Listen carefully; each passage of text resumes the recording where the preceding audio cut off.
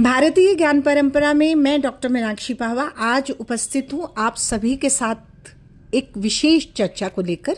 भारतीय ज्ञान परंपरा में विज्ञान प्रकृति और जीवन के गहरे सामंजस्य का प्रतीक रहा है। इस परंपरा में ये अनुभव, तर्क और आध्यात्मिकता का संतुलित संगम प्रस्तुत करता रहा है और इसमें मानव कल्याण, नैतिकता और जीवन का सतत विकास की भावना निहित रही, जो इसे विशिष्ट और सार्वभौमिक बनाती रही है। भारतीय ज्ञान परंपरा में विज्ञान का स्थान अत्यंत महत्वपूर्ण और समृद्ध रहा। प्राचीन भारत में विज्ञान केवल प्रयोगात्मक ज्ञान नहीं था, अपितु ये दर्शन, जीवन शैली, प्रकृति के साथ संतुलन पर आधारित था। तो जानते हैं भारतीय ज्ञान परंपरा में सबसे पहले विज्ञान के अर्थ और स्वरूप को। जी हाँ, विज्ञान का अर्थ है विशेष ज्ञान, सत्य और तर्क पर आधारित वो ज्ञान जो भारतीय परंपरा में विज्ञान को प्रकृति से, आत्मा से, ब्रह्मांड से, इन सभी से जोड़ती है। और ये विज्ञान केवल भौतिक नहीं, आध्यात्मिक विज्ञान भी था। अब हम जानेंगे विज्ञान के प्रमुख क्षेत्रों के बारे में। पहला क्षेत्र रहा है खगोल विज्ञान का। तो पहले जानते हैं खगोल विज्ञान आखिर है क्या। ये वो विज्ञान है जिसमें आकाशीय पिंड जैसे सूर्य, चंद्रमा, ग्रह, तारे, नक्षत्र, आकाशगंगाएं, इन सभी का अध्ययन किया जाता है। उनका गठन यानी कि उनकी फॉर्मेशन कैसे हुई, उनकी गति, उनकी स्थिति और वो तमाम घटनाएं जिसमें ग्रहण लगना, ऋतु परिवर्तन होना, दिन रात का बनना, इन सभी पर अध्ययन किया जाता है। प्राचीन ऋषियों और विद्वानों ने ग्रहों, नक्षत्रों, आकाशीय घटनाओं का गहनता से अध्ययन किया और जो भारतीय ज्ञान परंपरा की अमूल्य धरोहर है। आर्यभट्ट ने पृथ्वी के अपनी धुरी पर घूमने के सिद्धांत को दिया।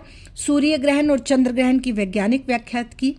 वाराह मिहिर ने खगोल गणनाओं को व्यवस्थित रूप दिया।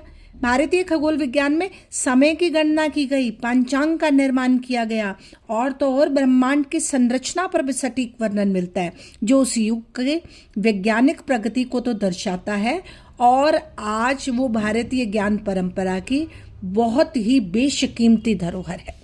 दूसरा विज्ञान है आयुर्वेद।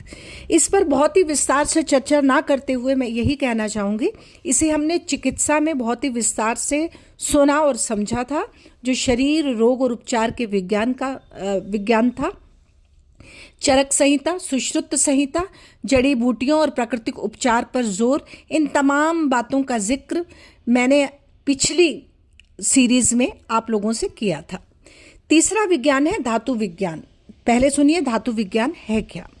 धातुओं को उपयोगी बनाने की कला और विज्ञान ही धातु विज्ञान है, यानी कि वह विज्ञान जिसमें धातुओं के बारे में, जैसे लोहा, तांबा, सोना, चांदी और भी अनेक धातुएं, जिनके निष्कर्षण पर अर्थात उनको निकलने पर, यानी वो निकलती कैसे हैं, शोधन, उन्हें शुद्ध कैसे किया जाता है, मिश्रण, उनसे कुछ बनाया कैसे जाता है, इन तमाम उपयोगी जानकारियों का अध्ययन किया जाता है।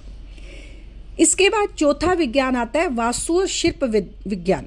अब पहले जानते हैं वास्तु और शिल्प विज्ञान क्या है। पहले जानते हैं वास्तु विज्ञान को। वास्तु विज्ञान वह विज्ञान है जिसमें भवन, मंदिर, नगर आदि के निर्माण के नियम बताए जाते हैं।